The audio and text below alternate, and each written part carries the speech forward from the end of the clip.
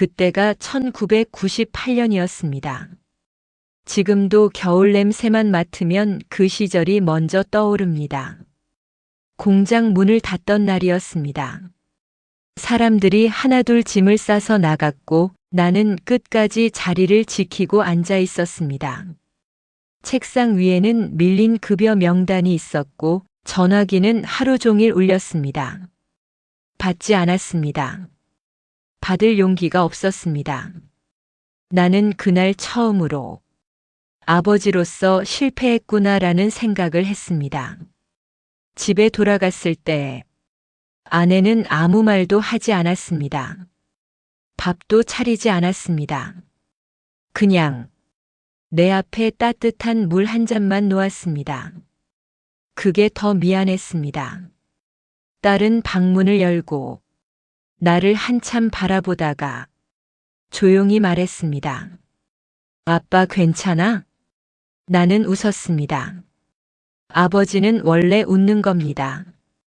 무너져도 웃어야 하는 자리니까요. 괜찮다. 그 말이 그렇게 거짓말일 줄은 그때는 몰랐습니다. 며칠 뒤였습니다. 눈이 많이 오던 날이었습니다. 딸이 남자를 데리고 왔습니다. 키가 컸고 말이 없었고 눈이 이상하게 단단해 보이는 청년이었습니다. 아빠, 이 사람 사귀는 사람이야. 나는 그를 한 번, 딸을 한 번 번갈아 봤습니다. 솔직히 그때는 누굴 만날 상황이 아니라고 생각했습니다. 하지만 그 청년이 먼저 고개를 숙였습니다. 아버님 처음 뵙겠습니다. 그 한마디가 이상하게 가슴에 박혔습니다. 요즘 젊은 사람 같지 않게 눈을 피하지 않았습니다. 나는 물었습니다. 무슨 일 하게? 그는 잠시 망설이더니 이렇게 말했습니다. 배우는 중입니다. 솔직해서 좋았습니다. 그날 저녁, 우리는 셋이서 밥을 먹었습니다. 반찬은 별로 없었고 분위기도 조용했습니다. 그런데 밥을 먹다 말고 그 청년이 갑자기 말했습니다. 아버님, 공장 제가 도와드리겠습니다. 숟가락이 멈췄습니다. 나는 웃었습니다. 이건 도와서 될 일이 아니야. 그는 고개를 들었습니다. 그래도 배우고 싶습니다. 그 말이 그날따라 이상하게 마음에 남았습니다. 이유는 모르겠습니다. 그냥 그때 나는 너무 지쳐 있었고 누군가 옆에 서준다는 말이 필요했는지도 모릅니다. 그날 이후 그 청년은 매일 공장에 나왔습니다. 아무도 시키지 않았는데도 먼저 와서 청소를 하고 남아서 정리를 했습니다. 급여도 못 주는 상황이었는데 단 한 번도 먼저 말하지 않았습니다. 나는 그를 지켜봤습니다. 그리고 어느 날 이름을 물었습니다. 이름이 뭐라고 했지? 민수입니다. 나는 그 이름을 지금도 잊지 못합니다. 그날 이후 나는 그를 딸의 남자가 아니라 아들처럼 보기 시작했습니다. 피는 섞이지 않았지만 마음은 섞일 수 있다고 믿었습니다. 그게 내 인생에서 가장 큰 선택이 될 줄은 그때는 정말 몰랐습니다. 그로부터 6개월 뒤 나는 그 청년에게 이런 말을 들었습니다. 아버님, 결혼 허락해 주십시오.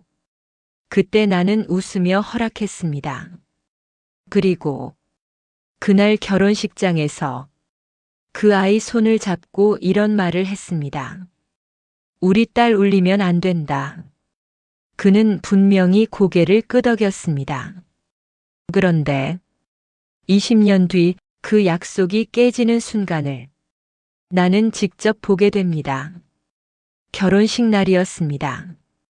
사람이 참 이상합니다.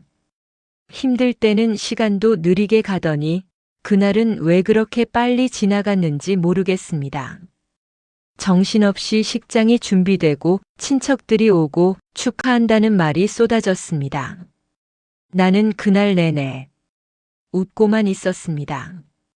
아버지는 원래 결혼식 날 울면 안 되는 자리니까요. 딸은 하얀 드레스를 입고 내 옆에 서 있었습니다. 어릴 때 손잡고 유치원 가던 애가 이제 시집을 간다니 기쁘면서도 가슴이 먹먹했습니다. 식이 시작되기 전 사위가 나를 따로 불렀습니다. 사람 없는 복도에서 우리는 마주 섰습니다. 그가 먼저 고개를 숙였습니다. 아버님 감사합니다. 나는 그 말이 왜 그렇게 울컥하게 들렸는지 모르겠습니다. 나는 그의 어깨를 잡았습니다. 그리고 말했습니다. 우리 딸 울리면 안 된다. 그는 바로 대답했습니다. 절대 그런 일 없습니다. 망설임이 없었습니다. 눈도 피하지 않았습니다. 나는 그 눈을 믿었습니다. 식이 시작되고 딸 손을 잡고 버진로드를 걸었습니다. 딸 손이 떨리고 있었습니다. 나는 작게 말했습니다. 무섭냐? 딸이 웃었습니다. 아니, 그냥 울 것 같아서. 나는 그 손을 더 꽉 잡았습니다. 그리고 사위 손에 딸 손을 넘겨주던 순간, 그때 느꼈습니다. 아, 이제 이 아이 인생은 내 손을 떠나는구나. 섭섭했지만, 그래도 안심했습니다. 그 옆에 있는 사람이 민수였으니까요. 성실했고 조용했고 무엇보다 책임감 있어 보였습니다. 나는 축사를 하며 말했습니다. 나는 오늘 아들을 하나 얻었습니다. 사람들이 웃었고 사위는 고개를 깊이 숙였습니다. 그날 밤, 우리는 다 같이 밥을 먹었습니다. 사위는 내 잔을 계속 채웠고 딸은 웃음이 끊이질 않았습니다. 나는 속으로 생각했습니다. 그래, 이제 걱정 안 해도 되겠다. 내가 못해준 삶을 저 아이가 해주겠지. 그렇게 믿었습니다. 그 믿음이 20년 동안 단 한 번도 흔들리지 않았습니다. 명절마다 사위는 제일 먼저 와서 일을 했고 사업도 함께 했고 가족 여행도 같이 다녔습니다. 사람들이 말했습니다. 사위가 아니라 아들이네, 아들. 나는 웃었습니다. 속으로는 자랑스러웠습니다.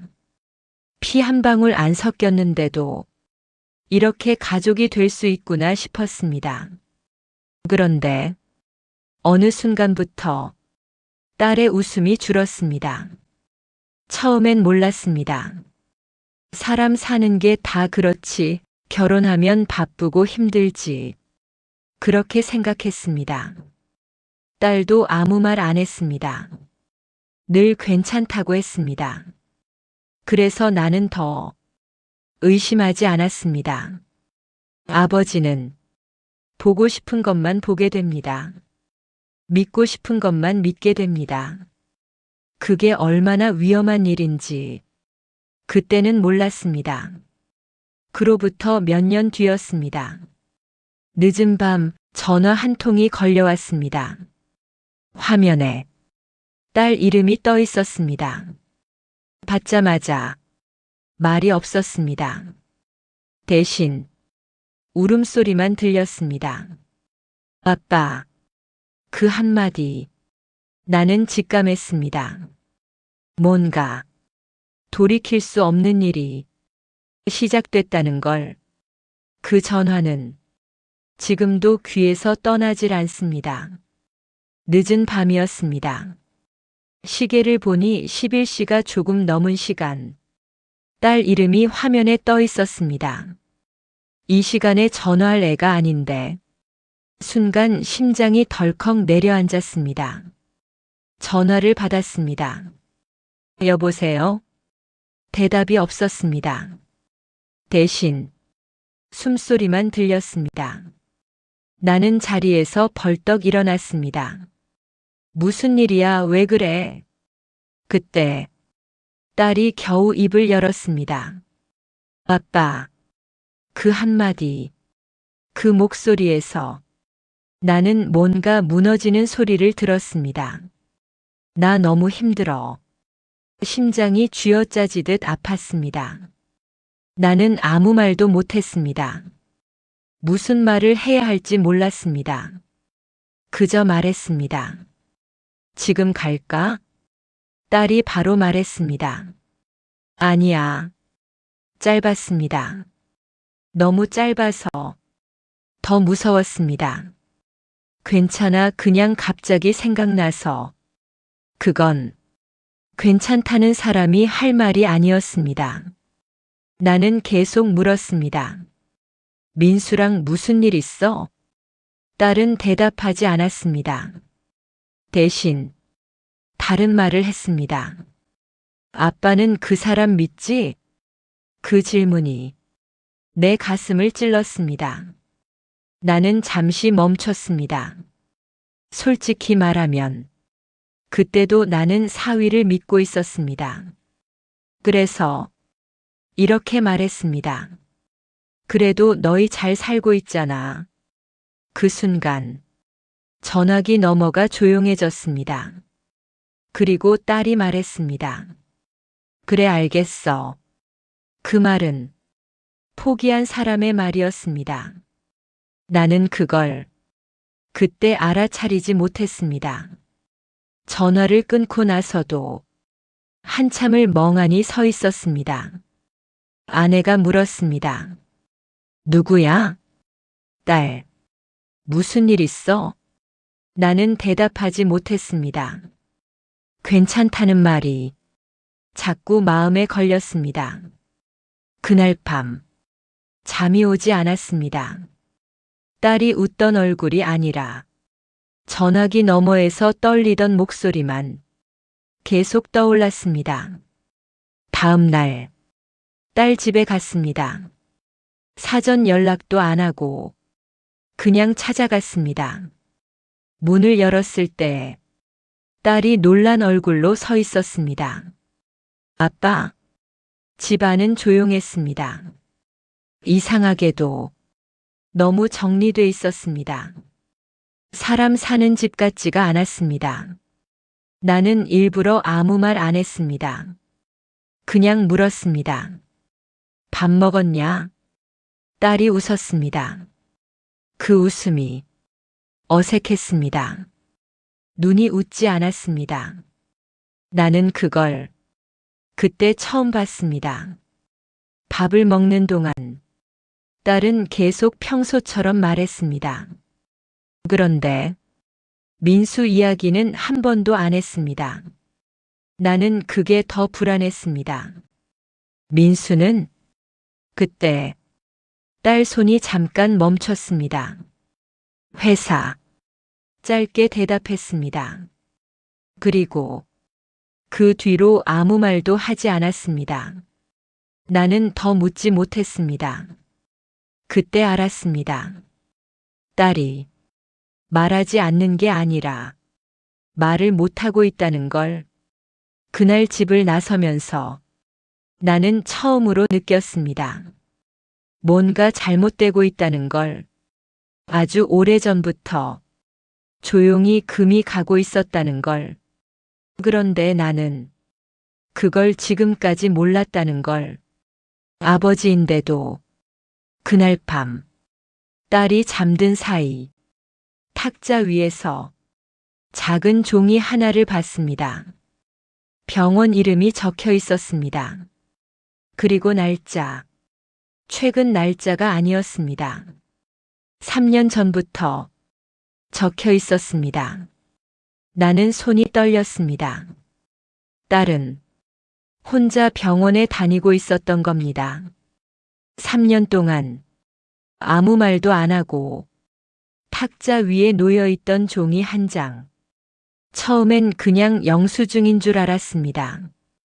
그런데 병원 이름이 적혀 있었습니다. 정신건강의학과. 순간 숨이 멎는 줄 알았습니다. 날짜를 봤습니다. 최근이 아니었습니다. 3년 전부터였습니다. 딸은 내가 모르는 시간 속에서 혼자 병원에 다니고 있었던 겁니다. 나는 그날 집으로 돌아오자마자 인터넷으로 병원 이름을 검색했습니다. 후기가 많지 않았습니다. 조용한 동네 병원이었습니다. 나는 다음 날 딸 몰래 그 병원 앞까지 갔습니다. 왜 그랬는지 모르겠습니다. 확인하고 싶었습니다. 병원은 생각보다 작았습니다. 간판도 크지 않았고 사람도 많지 않았습니다. 대기실 의자에 앉아 나는 한참을 고민했습니다. 접수대에 가서 물었습니다. 혹시 상담 기록 확인할 수 있습니까?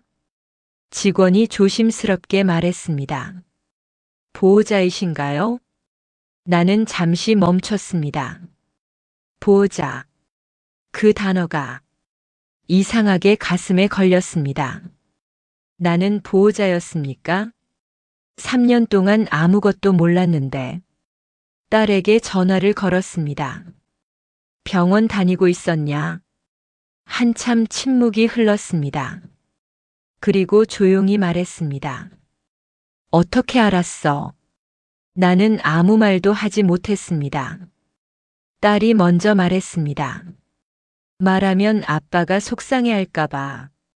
그 말이 가슴을 찔렀습니다. 속상해할까봐. 아니었습니다. 딸은 내가 그 사람을 더 믿고 있으니까 말을 못했던 겁니다. 나는 그걸 직감했습니다. 민수 때문이냐? 딸이 바로 대답하지 않았습니다. 그 침묵이 대답이었습니다. 나는 병원에 들어갔습니다. 상담실에서 의사를 만났습니다. 물론 자세한 내용은 들을 수 없었습니다. 하지만 의사는 조심스럽게 말했습니다. 장기간 정서적 압박이 보입니다. 그 말이 머리를 울렸습니다. 정서적 압박. 나는 그 표현이 이렇게 무서울 줄 몰랐습니다. 나는 병원에서 나와 차 안에 앉았습니다. 핸들을 잡고 있는데 손에 힘이 들어가지 않았습니다. 3년 동안 딸은 혼자 울었고 나는 그 옆에서 사위를 믿고 있었던 겁니다.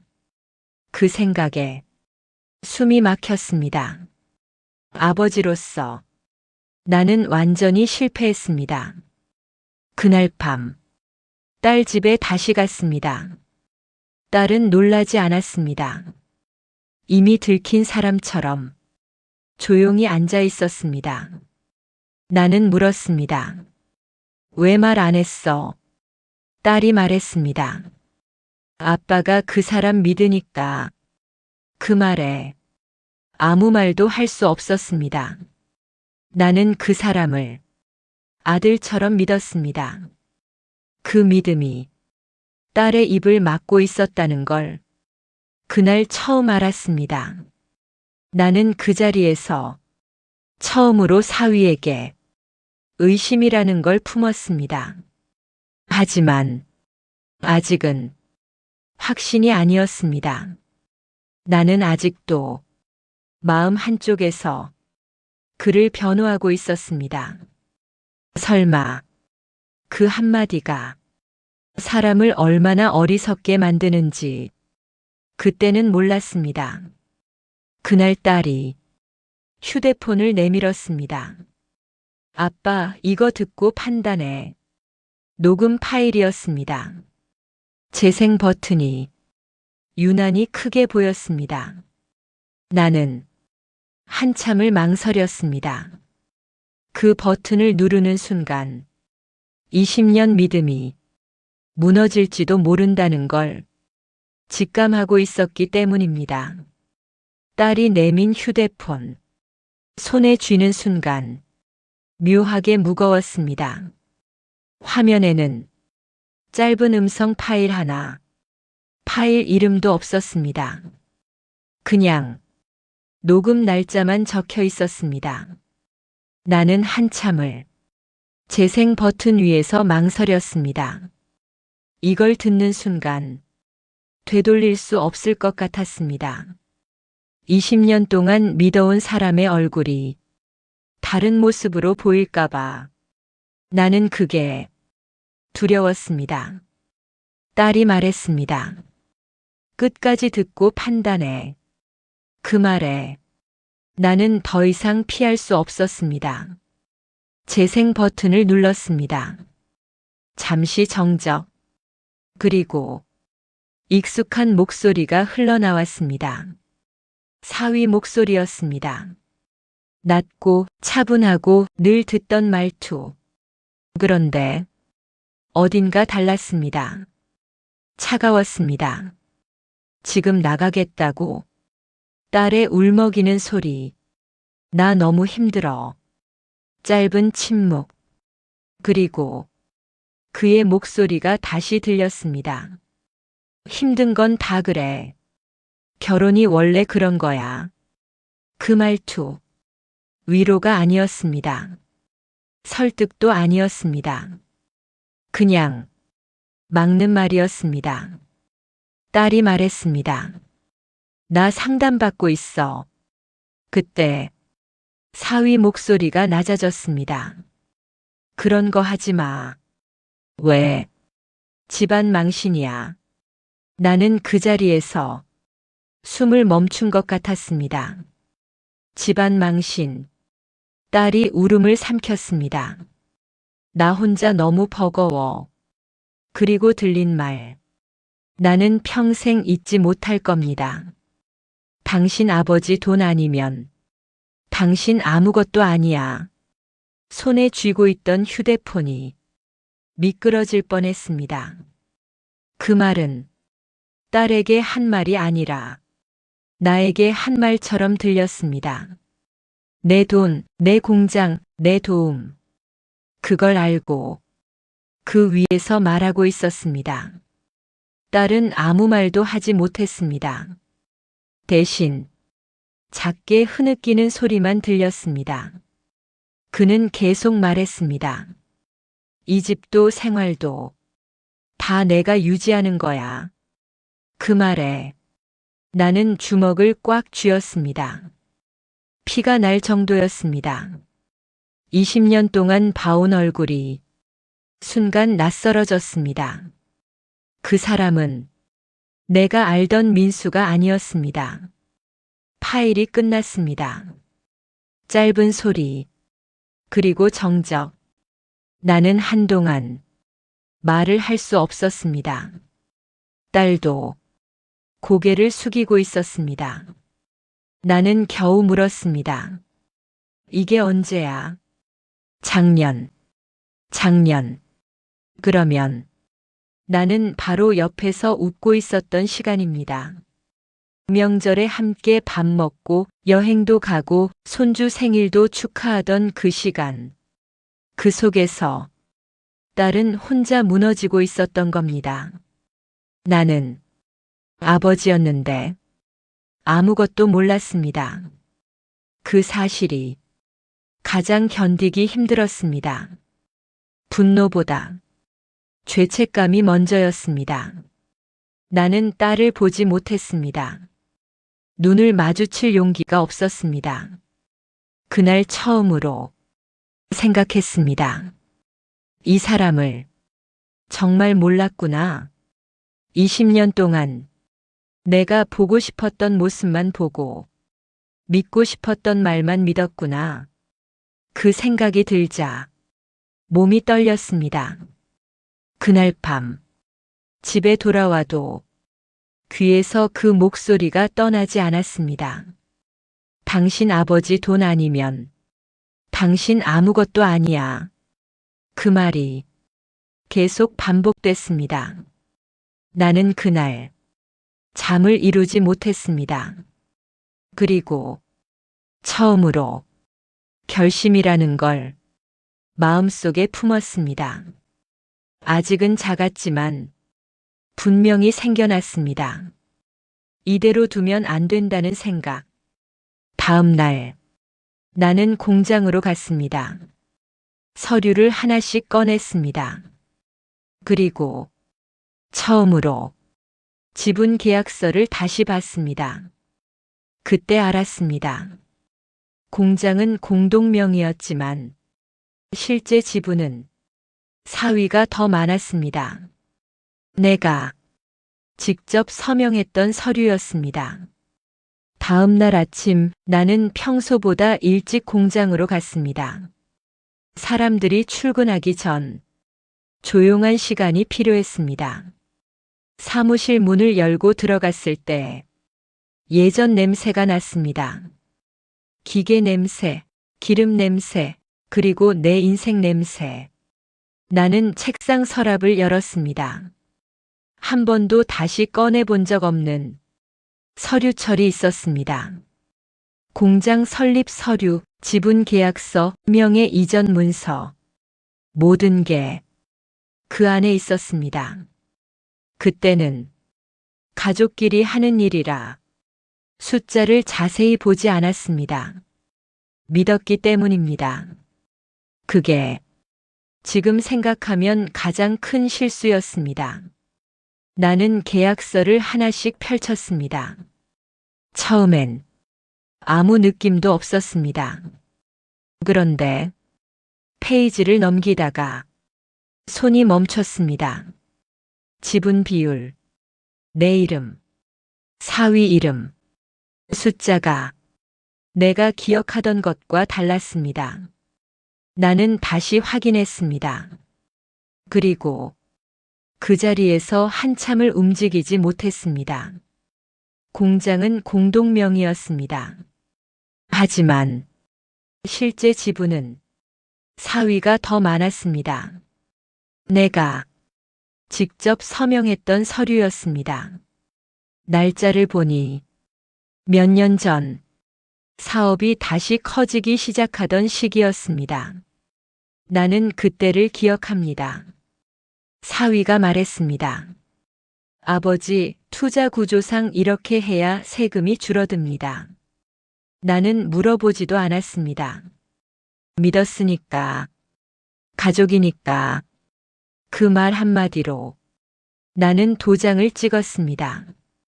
그게 이렇게 돌아올 줄 몰랐습니다. 서류를 들고 한참을 앉아 있었습니다. 머릿속이 텅 빈 느낌이었습니다. 배신이라는 감정보다 허탈함이 먼저였습니다. 나는 내가 만든 선택에 스스로 당한 사람이었습니다. 누굴 원망해야 할지도 몰랐습니다. 그때 사무실 문이 열렸습니다. 사위였습니다. 아버지, 일찍 오셨네요. 평소처럼 아무 일 없는 얼굴. 나는 그 얼굴을 가만히 바라봤습니다. 그는 눈을 피하지 않았습니다. 하지만 예전과 달랐습니다. 눈이 어딘가 계산하는 눈이었습니다. 나는 서류를 덮었습니다.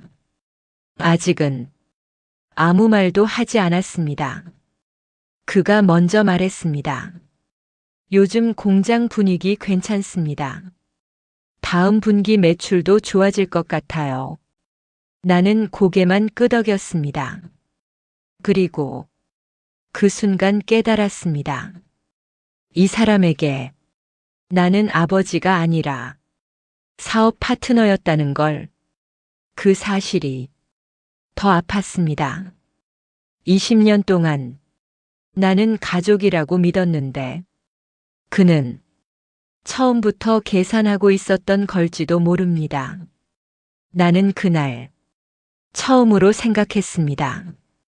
딸이 이혼을 원한다면 나는 무엇을 선택해야 할까? 딸인가? 사업인가? 손주인가?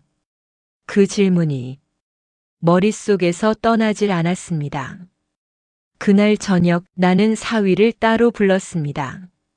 마지막으로 가족으로서 묻고 싶었습니다. 우리 셋이서 밥 한번 먹자. 사위는 아무렇지 않게 대답했습니다. 좋죠, 아버지. 그 말이 너무 자연스러워서 더 불안했습니다. 나는 알고 있었습니다. 그 식사가 마지막 식사가 될 수도 있다는 걸. 그날 저녁 나는 사위를 따로 불렀습니다. 딸은 오지 말라고 했습니다. 아빠, 괜히 더 복잡해져. 하지만 나는 알아야 했습니다. 20년을 함께한 사람입니다. 마지막으로라도 직접 듣고 싶었습니다. 우리는 예전에 자주 가던 동네 한정식집에서 만났습니다. 그 집은 사위가 처음 월급을 받았을 때 나를 모시고 갔던 곳입니다. 그날은 그 기억이 더 아프게 느껴졌습니다. 사위는 평소처럼 먼저 와 있었습니다. 아버지, 늘 하던 인사. 그 말이 이제는 어색했습니다. 나는 자리에 앉았습니다. 반찬이 나오고 국이 나오고 우리는 잠시 아무 말도 하지 않았습니다.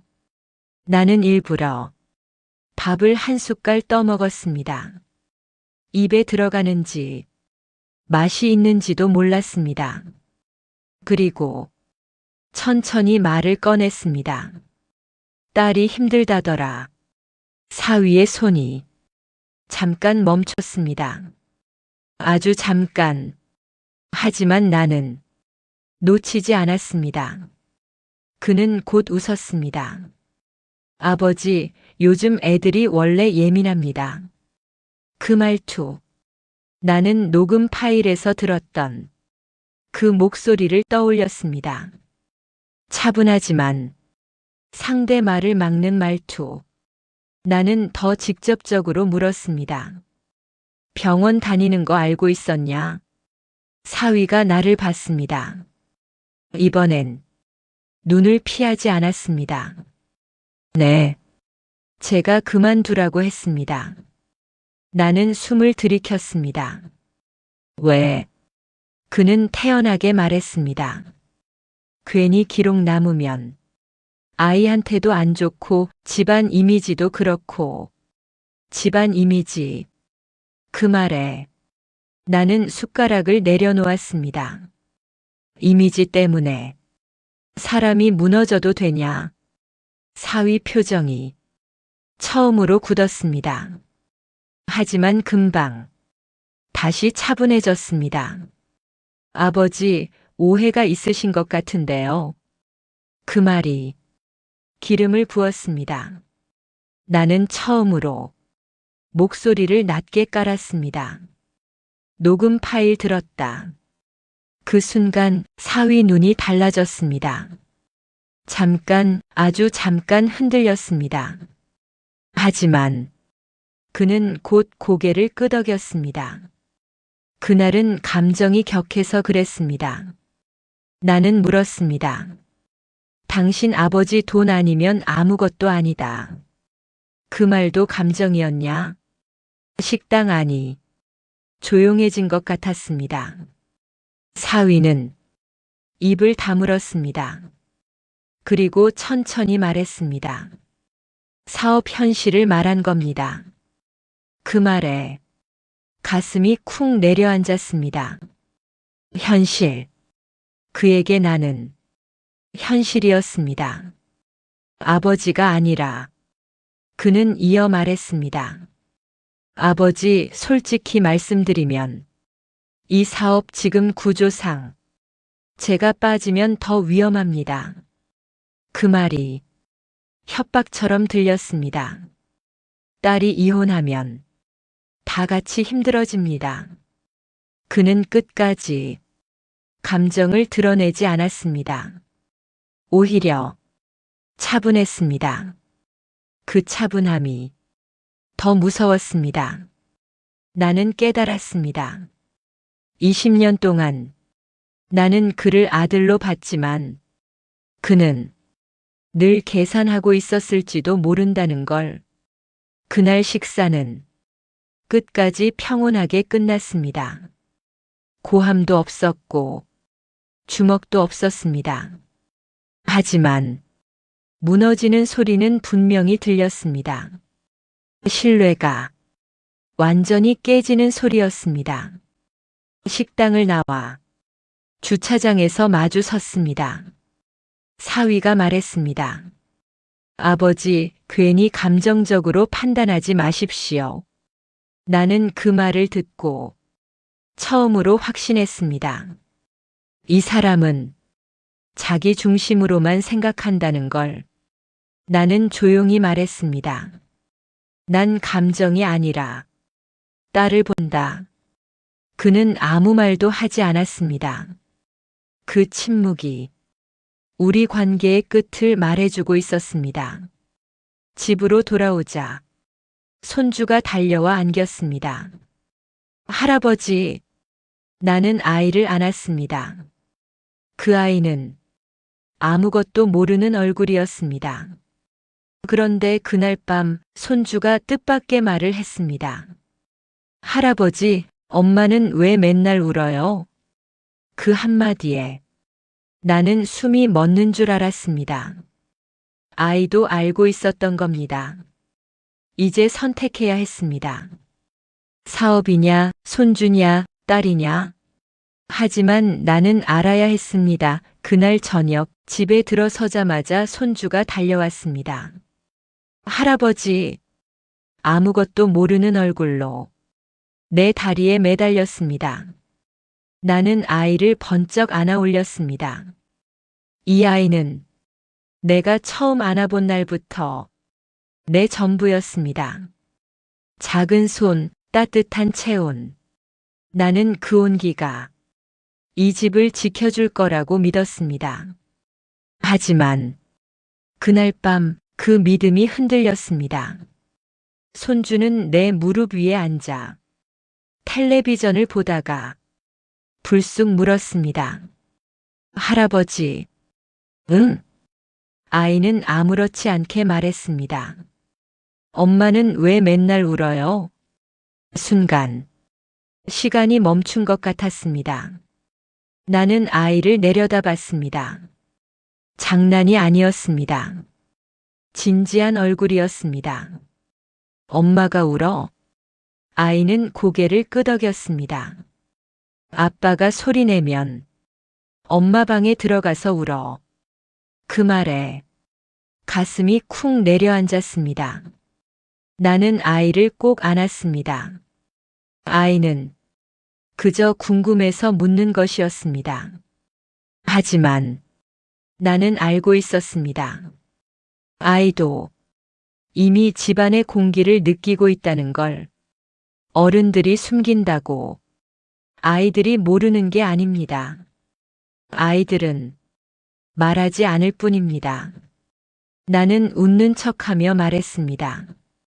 엄마 피곤해서 그런 거야. 그 거짓말이 입안에서 쓴맛으로 남았습니다. 그날 밤, 딸 방 문이 닫힌 뒤 나는 거실에 혼자 앉아 있었습니다. 시계 초침 소리만 들렸습니다. 이 집에서 가장 약한 사람이 딸도 아니고 나도 아니라 저 아이일지도 모른다는 생각이 들었습니다. 부모가 싸우는 집, 엄마가 매일 우는 집, 아빠가 소리치는 집. 그 안에서 자라는 아이. 나는 상상만 해도 숨이 막혔습니다. 사위는 아이를 핑계로 딸을 붙잡고 있었습니다. 왜 생각해서 참아. 그 말을 나는 여러 번 들었습니다. 그 말이 가장 비겁했습니다. 아이를 이유로 상처를 지속시키는 것. 그건 보호가 아니었습니다. 나는 그날 밤 처음으로 분노했습니다. 지금까지는 죄책감이 더 컸습니다. 내가 몰랐다는 죄책감. 하지만 이제는 달랐습니다. 이건 아이 문제였습니다. 손주가 나중에 커서 엄마의 눈물을 기억하게 된다면 그건 내 책임이기도 했습니다. 나는 딸 방 앞에 섰습니다. 문을 두드리려다 멈췄습니다. 한참을 서 있다가 조용히 문을 열었습니다. 딸은 침대에 앉아 있었습니다. 불은 꺼져 있었고 휴대폰 불빛만 얼굴을 비추고 있었습니다. 나는 조용히 물었습니다. 정말 끝내고 싶냐? 딸이 나를 보았습니다. 눈이 빨갛게 부어 있었습니다. 잠시 망설이다가 고개를 끄덕였습니다. 그 고개 끄덕임이 모든 걸 말해주었습니다. 나는 그 옆에 앉았습니다. 딸 손이 떨리고 있었습니다. 나는 그 손을 잡았습니다. 이제 아빠가 내 편이다. 그 말이 나오기까지 참 오래 걸렸습니다. 딸이 그 자리에서 무너졌습니다. 울음을 참던 사람이 처음으로 울듯이 나는 딸을 안았습니다.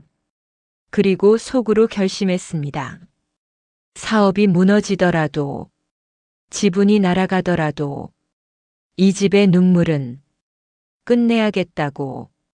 다음 날 아침 사위에게 전화가 왔습니다. 아버지, 잠깐 뵙죠. 그 목소리는 이상하게도 차분했습니다. 그리고 그는 뜻밖의 말을 꺼냈습니다. 공장 지분 다시 정리합시다. 그 제안이 마지막이 될 줄은 그때는 몰랐습니다. 다음 날 아침이었습니다. 휴대폰이 울렸습니다. 사위였습니다. 어제 저녁 일은 아무 일도 아니었다는 듯 목소리는 차분했습니다. 아버지, 잠깐 뵙죠. 나는 이미 알고 있었습니다. 이 만남이 마지막 대화가 될 수도 있다는 걸. 우리는 공장 근처 작은 사무실에서 만났습니다. 사위는 서류 봉투를 들고 있었습니다. 아버지, 감정적으로 갈 필요 없습니다. 첫마디가 그 말이었습니다. 나는 아무 말도 하지 않았습니다. 그가 봉투를 열었습니다. 공장 지분 다시 정리합시다. 나는 서류를 내려다봤습니다. 지분 일부를 내게 넘기겠다는 내용이었습니다. 딸도 설득하겠습니다. 그는 덧붙였습니다. 이혼까지 갈 일은 아닙니다. 나는 그를 바라봤습니다. 그는 여전히 침착했습니다. 눈은 계산하고 있었습니다. 나는 조용히 물었습니다. 딸이 왜 힘들었는지 정말 모르는 거냐? 그는 잠시 멈췄습니다. 그리고 말했습니다. 부부 문제는 원래 그런 겁니다. 그 한마디로 나는 모든 걸 확신했습니다. 그는 고칠 생각이 없었습니다. 그는 자기 방식을 문제라 생각하지 않았습니다. 나는 서류를 덮었습니다. 지분 정리하면 다 괜찮아질 거라 생각하냐? 그는 바로 대답했습니다. 적어도 현실은 정리됩니다. 현실. 그에게 현실은 돈이고 구조고 손해였습니다. 하지만 나에게 현실은 딸의 눈물이었습니다. 나는 천천히 말했습니다. 나는 20년 동안 널 아들로 생각했다. 그는 아무 말도 하지 않았습니다. 근데 넌 날 투자자로 봤더구나. 그 말에 그의 표정이 굳었습니다. 처음으로 감정이 올라왔습니다. 아버지, 그렇게까지 말씀하시면 나는 말을 끊었습니다. 딸이 살고 싶다는데 그걸 막는 게 가족이냐? 사무실 안이 조용해졌습니다. 밖에서 기계 돌아가는 소리가 멀게 들렸습니다. 나는 그 소리를 들으며 생각했습니다. 이 공장, 이 건물, 이 집은 다 잃어도 괜찮다고. 하지만 딸을 또 잃는 건 못하겠다고. 나는 자리에서 일어났습니다. 이혼 절차 밟아라. 그는 놀란 눈으로 나를 봤습니다. 아버지, 후회하실 겁니다. 나는 조용히 말했습니다. 이미 3년을 후회했다.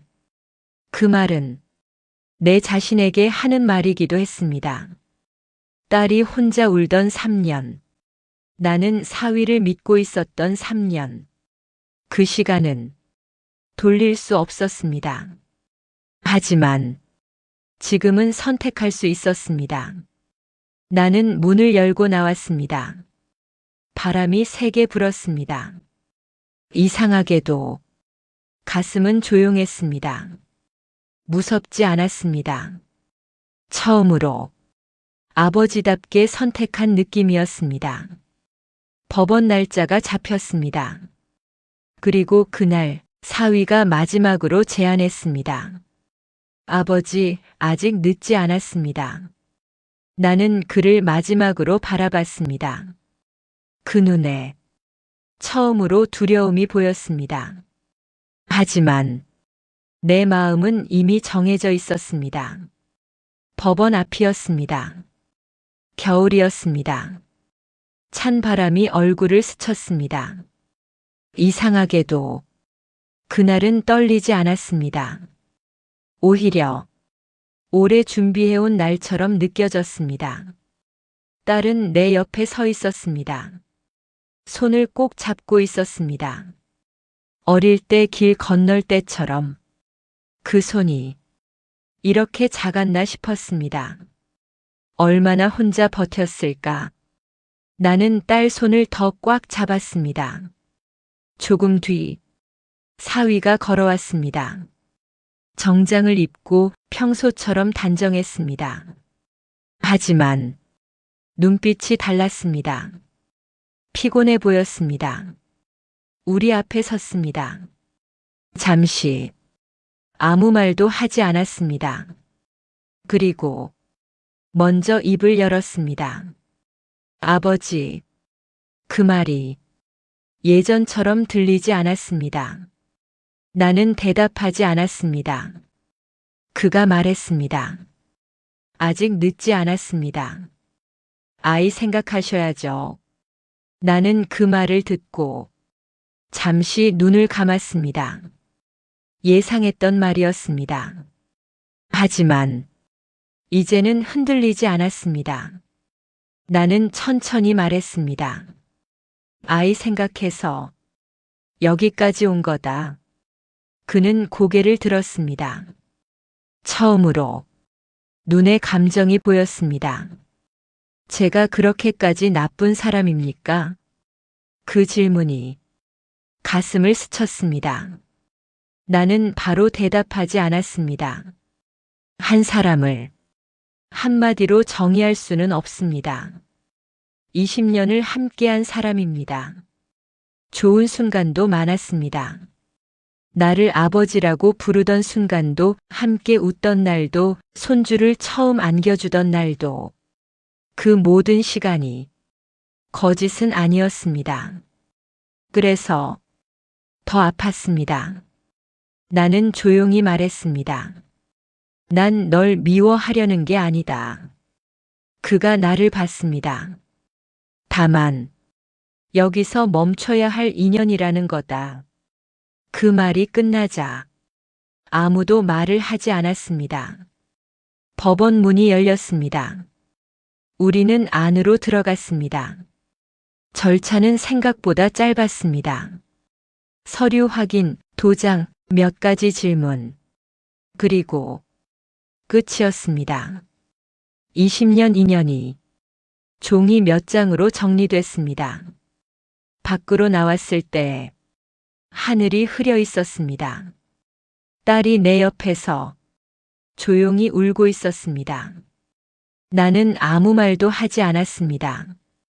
그저 어깨를 감싸 안았습니다. 그 순간 뒤에서 발소리가 들렸습니다.